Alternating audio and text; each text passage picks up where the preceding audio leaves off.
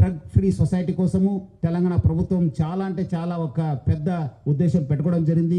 దానికి తగ్గట్టుగా Hyderabad city police కూడా నార్కోటిక్స్ అనేది ఒక టాప్ ప్రయారిటీ పెట్టుకోవడం జరిగింది. మనము ఆల్రెడీ మన దగ్గర హెచ్న్యూ అని చెప్పి ఒక వింగ్ ఉంది. గతంలో 322 కేసెస్ బుక్ చేస్తే ఈసారి 368 కేసెస్ని మనము కట్టడం జరిగింది. సో డ్రగ్స్ ఆల్మోస్ట్ 6.45 crores మనము వర్తున్న డ్రగ్స్ని మనము సీజ్ చేశాను.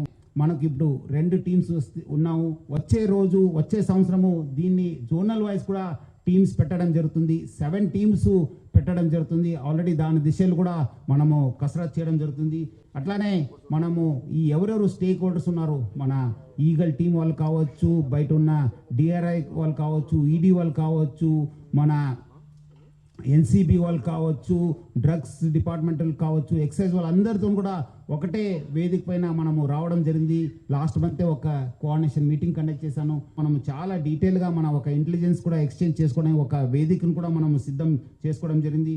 సో వచ్చే రోజు ఈ ఇంటెలిజెన్స్ గ్యాదరింగ్ పైన డ్రగ్స్ ఎక్కడెక్కడి నుంచి వస్తున్నాం, ఎవరెవరు తీసుకుంటున్నారు, who are the main suppliers అనే పైన మనం ఆ నెట్వర్క్ని డిస్మాంటిల్ చేయడానికి హైదరాబాద్ సిటీ పోలీసు చాలా ఒక ప్లాన్ చేయడం జరుగుతుంది. వచ్చే రోజు మనకు దీనిపైన ఇంకా ఉక్కుపాదం మోపుతాను. నార్కోటిక్స్లో పట్టుకోవడం ఒక ఎత్తు అయితే మనము కేసు ఇన్వెస్టిగేట్ చేయడం కూడా ఒక పెద్ద సాహసము.